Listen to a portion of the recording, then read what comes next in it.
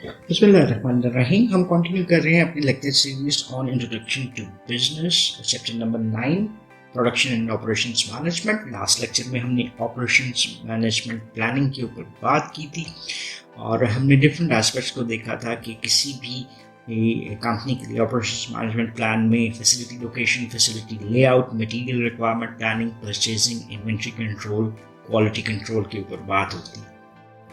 हमने सबसे पहले फैसिलिटी लोकेशन को देखा, उसको अंडरस्टैंड किया, which is more related to the geographical location, then facility location for the manufacturers के different aspects और किन बेसिस के ऊपर हम इसको सेलेक्ट कर सकते हैं, इसको देखा। देन हमने इंटरनेट के कॉन्टेक्स्ट में भी ऑपरेशंस मैनेजमेंट की बात की और इंटरफर्म प्रोसेसेस को भी थोड़ा सा अंडरस्टैंड किया। Then facility location in the future और उसके ऊपर आईटी का इम्पैक्ट आपको क्या नज़र आता है वो देखा। फैसिलिटी लेआउट में हमने फिर different types of facility layouts को देखने की कोशिश की, जहाँ पे हमने बात की कि असेंबली लाइन प्रोडक्शन से हट के मॉड्यूलर लेआउट की तरफ जाया जा रहा है, फिक्स पोजीशंस लेआउट हैं एंड प्रोसेस लेआउट हैं। सो इसकी एक जो इलस्ट्रेशन है ग्राफिकल वो भी देख लेते हैं। टिपिकल लेआउट डिज़ाइंस आपको नज़र आ रहे हैं। Here we can find a product layout also called assembly line layout, जिसमें आप एक असेंबली लाइन में ये part, then this and then this, आपको एक फिनिश प्रोडक्ट मिल रही है।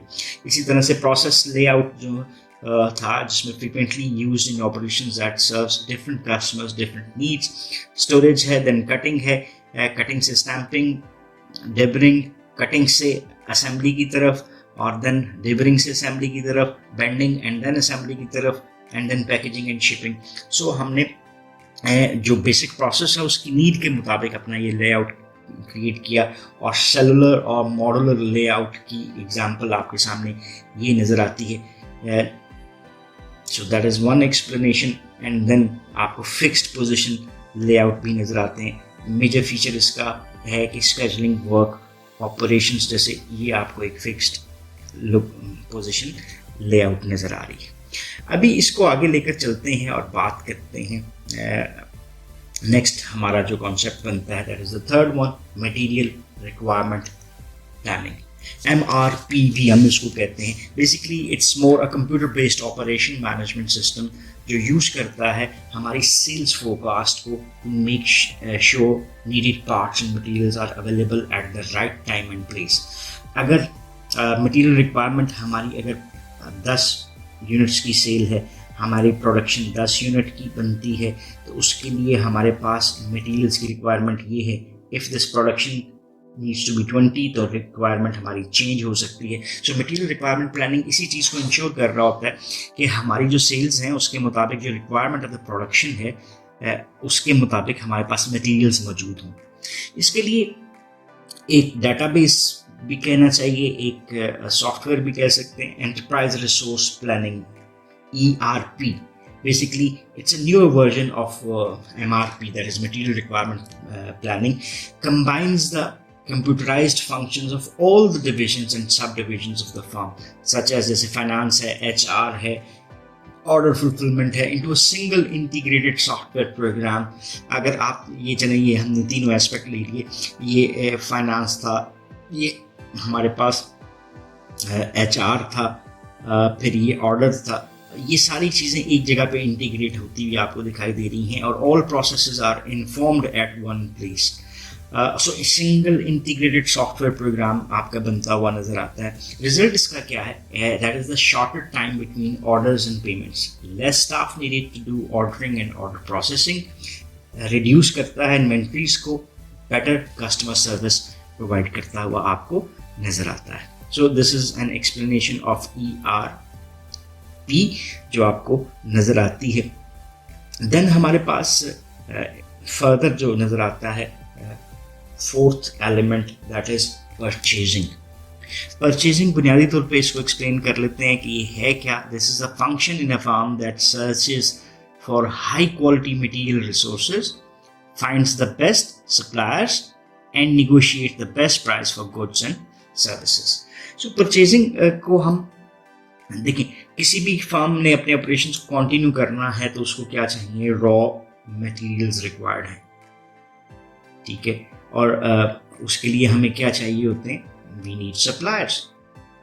और सप्लायर्स वो हैं जो कि हमें सप्लाईज यानी मटेरियल्स प्रोवाइड कर रहे हैं। अब मटेरियल्स के लिए हमारे पास जो एक फंक्शन आता है वो क्या है, वो परचेजिंग है। किसी भी फर्म के बेसिक ऑब्जेक्टिव में ये चीज़ें शामिल होती हैं कि उनको हाई क्वालिटी मटेरियल रिसोर्सेज मिले, देन बेस्ट सप्लायर्स हों और निगोशिएट कर सकें वो best prices for quality goods and services.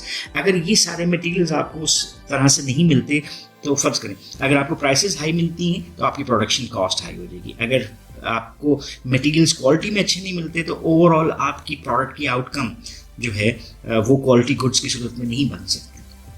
Previously जो फंक्शंस थे वो रिलेट करते थे कि manufacturers dealt with many suppliers so that if one couldn't deliver, the firm could get materials from somewhere else.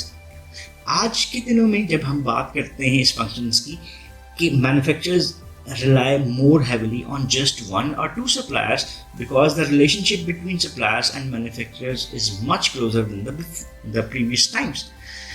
So ये जो पुरानी एक आपको कॉन्सेप्चुलाइजेशन नजर आती थी कि have more suppliers so that you can get good suppliers, वो आपको चेंज होती हुई नजर आती है और कहते हैं कि suppliers are part of the organisation. So इसको इस तरह से कि पार्टनरिंग रिलेशनशिप क्रिएट किया जाता है, तो उसमें हम 1 से 2 सप्लायर्स के ऊपर काम करते हुए ज़्यादा नजर आते हैं। So producers share so much information that they don't want too many suppliers knowing their business.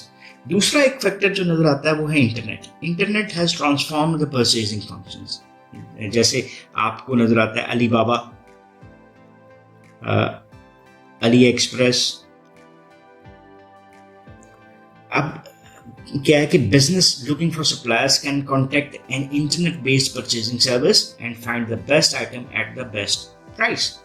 So internet ने इस सारे सिस्टम को, प्रोसेस ऑफ परचेजिंग को भी रेवोल्यूशनराइज कर दिया है। एक कंपनी जो चाह रही है wishing to sell suppliers can use the internet to find all the companies looking for the such supplies. The time and dollar cost of purchasing item has thus been reduced tremendously. So previously, 1-2 दिन पहले की बात है, I was watching an ad on internet जिसमें वो best price finder मतलब एक software guide कर रहा था कि आप अपनी जिस कमोडिटी को परचेज करना चाहते हैं उसके ऊपर मिलियंस ऑफ प्रोडक्ट्स का डाटा मौजूद है और उस कैटेगरी में जो कंपैरिजंस हैं वो सब आपके सामने आ जाएंगे on a single click. So this whole thing has revolutionised the purchasing process for any organisation. Then है जी हमारे पास inventory, just in time inventory control, JIT. Another major cost of production is the expense of holding parts, motors and other items in storage for later use. Inventory हम किसको कहते हैं, readily available stock. Basically just in time को explain कर लेते हैं हल्का सा कि that is a production process in which a minimum of inventory is kept on the premises and parts, supplies and other needs are delivered just in time to go on the assembly line. अब जब आपकी products manufacturing के लिए तैयार हैं और आपको अगर इन्वेंट्री ज़्यादा रखनी पड़ती है तो इन्वेंट्री की अपनी कॉस्ट है, उसकी मेंटेनेंस है, उसके वेयर एंड टेयर हो सकती है, उसके रेंट्स हो सकते हैं। अगर आप जस्ट इन टाइम प्रोसेस को अडॉप्ट करते हैं तो आप मिनिमम इन्वेंट्री को अपने पास रखते हैं on your premises and parts ताकि आपकी वो कॉस्ट रिड्यूस हो सके और जब असेंबली के लिए आपको ज़रूरत है तो उस वक्त आपकी वो परचेजेस जो हैं वो आप के लिए सप्लाईज की सूरत में मौजूद होती हैं। स्टोरेज के हवाले से बात करें तो not only subject items to obsolescence then pilferage and damage but also require construction and maintenance of costly warehouses. इन कॉस्ट को कट करना चाहते हैं आप तो बहुत सारी companies have implemented a concept called JIT, inventory control system, just in time inventory control systems. ये बेसिकली क्या करते हैं कि मिनिमम इन्वेंट्री के लिए आपको सपोर्ट करते हैं on the premises, but this is not a single isolated system, लेकिन इसमें आपको क्या है सिंक्रोनाइजेशन रिक्वायर्ड होती है अमंग डिफरेंट ऑर्गेनाइजेशन, जो सप्लायर्स भी हो सकते हैं और मैन्युफैक्चरर्स भी।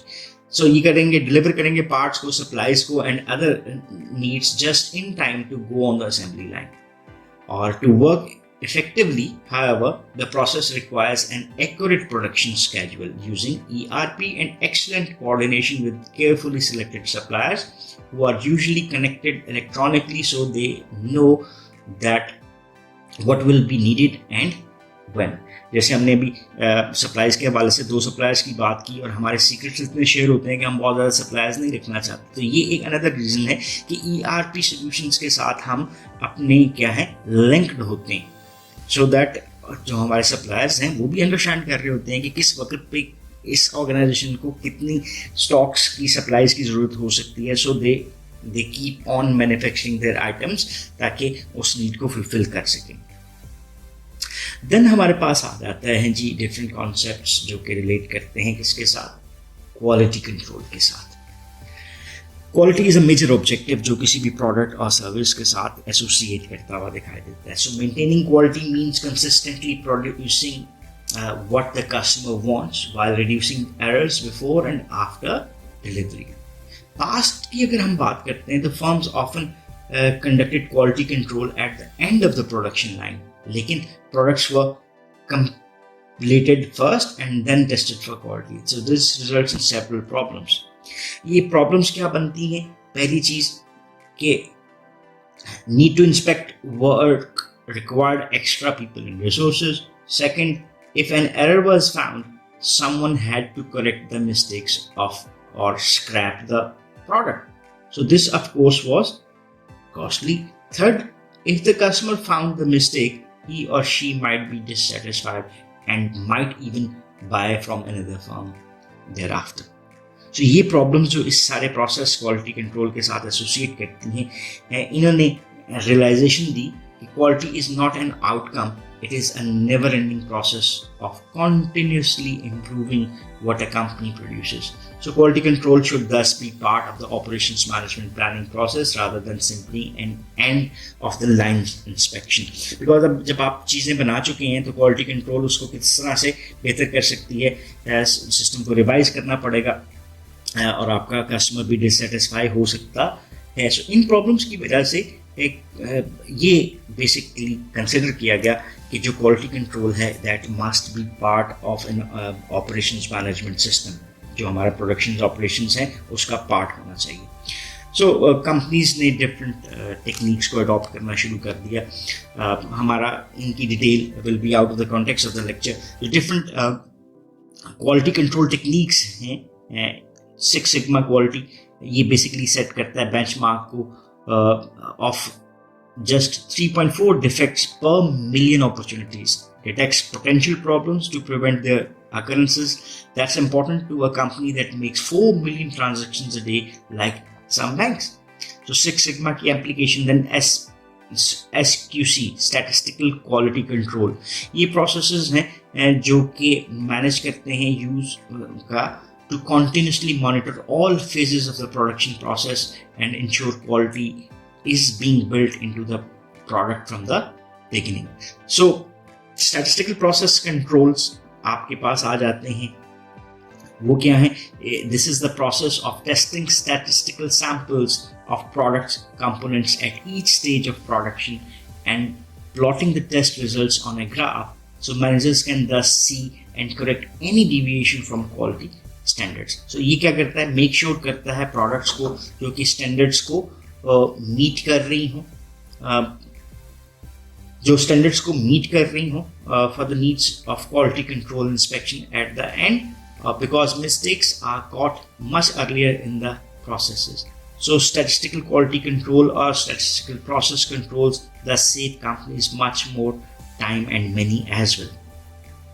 So these are the different approaches जो कि आपको यूज़ होती हुई नज़र आती हैं। इसके अलावा there are certain standards जो कि आपको नज़र आते हैं, जैसे the Baldrige Award है, ISO 9000 and ISO 14000 स्टैंडर्ड्स हैं। बेसिकली ये बताते हैं कि ऑर्गेनाइजेशंस को बेसिक स्टैंडर्ड्स क्या हैं जो कि मेंटेन रखने होते हैं in order to compete effectively. जैसे ISO 9000 14000 स्टैंडर्ड्स की बात करते हैं तो worldwide federation of national standards bodies from more than 140 countries that set global measures for the quality of individual products. So ISO जो है आपको क्या कर रहा होता है, हेल्प कर रहा होता है कि आप चीज़ों को स्टैंडर्डाइज रख सकते हैं। तो आपका सप्लायर ISO सर्टिफाइड है, आपका प्रोड्यूसर ISO सर्टिफाइड है, तो you know that what are the basic standards that they are following. So इसमें ISO 9000 है, ISO 14000 है। ISO 9000 basically common name given to the quality management and assurance standards, और ISO 14000 that is a collection of the best practices for managing an organization's impact on the environment. So इनको follow करना भी organization की responsibility होता है। So quality के context में आखिरी बात जो है, कंट्रोल प्रोसीजर्स भी आप रन कर सकते हैं, जिसमें आपके पास डिफरेंट टूल्स हैं जैसे PERT और Gantt charts. PERT stands for Program Evaluation Review Technique, और देन हमारे पास PERT में एक और एस्पेक्ट आता है, इसको हम कहते हैं क्रिटिकल पाथ एनालिसिस। देन हमारे पास Gantt charts हैं, इसको हल्का सा एक इंट्रोडक्शन सा ले लेते हैं। PERT बेसिकली एक मेथड है of analysing the tasks involved in completing a given project, estimating the time needed to complete each task and identifying the minimum time needed to complete the total project. So steps जो use किए जाते हैं PERT में, वो आपको है कि analyse और सीक्वेंस करते हैं हम टास्क को, देन दूसरी में एस्टिमेट करते हैं time needed to complete the task, then third level के ऊपर हम जाते हैं एक PERT नेटवर्क। सो बेसिकली जैसे ये मैं आपके लिए एक बना रहा हूँ और ये सीक्वेंस ऑफ एक्टिविटीज़ है, ये स्टार्टिंग पॉइंट है, ये A और B एक्टिविटी हमने परफॉर्म की, A के बाद जब A ख़त्म होगा तो C एक्टिविटी होगी, जब B ख़त्म होगा तो फिर D एक्टिविटी होगी, और मैं इसको बड़ी सिंपल रख लेता हूँ, और देन A के बाद E भी होता है, और इन तीनों से आप क्या कर सकते हैं, फिनिश की तरफ चले जाते हैं, दैट इज द F। तो ये क्या हो गया, एक सीक्वेंसिंग आपके सामने आ गई। ये एक सीक्वेंस को भी यहाँ पे आपके पास रिसोर्स रिक्वायरमेंट्स भी आ सकती हैं, आपके पास टाइम भी आ सकता है। सो ये एक PERT नेटवर्क आपके सामने बना हुआ नजर आ रहा है। और आप फिर क्रिटिकल पाथ्स को हम कहते हैं sequence of task that takes the longest time to complete. तो हम ये क्रिटिकल पाथ कैलकुलेट करते हैं, बिकॉज अगर क्रिटिकल पाथ पे कोई भी एक्टिविटी डिले होगी तो पूरा प्रोजेक्ट डिले हो जाएगा। सो क्रिटिकल पाथ को फॉलो करना, उसके ऊपर डिलेज नहीं हो सकते। So this is one technique जो कि ऑर्गेनाइजेशंस यूज करती हैं इन ऑर्डर टू प्लान। और ये जैसे मैंने अभी एक एग्जाम्पल आपके लिए हाथ से ड्रॉ की थी, this is an example of a PERT chart, जहाँ पे ये आपके पास कंप्लीशन टाइम हर एक्टिविटी का आपको दिया है। बेसिकली इसको हम जो डब्बे में होता है, इसको हम क्या कहते हैं, इवेंट कह रहे होते हैं। सो ईच इवेंट जो है वो किसी भी एक्टिविटी की बेस पे सामने आता है, तो जो तीर है, एरो है, उसको हम एक्टिविटी कह रहे होते हैं। खैर this is all out of the context of the subject. और इसमें हम आखिरी चीज़ जो देख लेते हैं वो है Gantt चार्ट्स।